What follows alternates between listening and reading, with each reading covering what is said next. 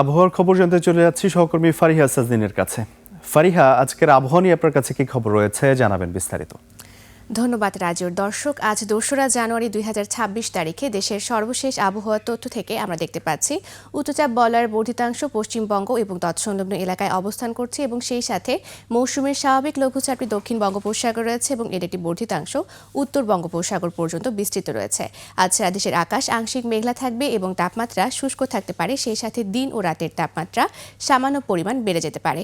বর্তমানে বিশেষ কিছু অঞ্চলের তাপমাত্রা যদি আমরা দেখে থাকি তাহলে খুলনা, বরিশাল এবং ঢাকায় রয়েছে 17 ডিগ্রি সেলসিয়াস এবং রাজশাহীতে রয়েছে 14 ডিগ্রি সেলসিয়াস। গতকাল সর্বনিম্ন তাপমাত্রা রেকর্ড করা হয়েছে যশোরে, যা 7.8 ডিগ্রি সেলসিয়াস এবং সর্বোচ্চ তাপমাত্রা টেকনাফে, যা 26.6 ডিগ্রি সেলসিয়াস। গত 24 ঘন্টায় রাজধানী ঢাকায় সর্বোচ্চ তাপমাত্রা ছিল 23.6 ডিগ্রি সেলসিয়াস এবং সর্বনিম্ন তাপমাত্রা 13.1 ডিগ্রি সেলসিয়াস।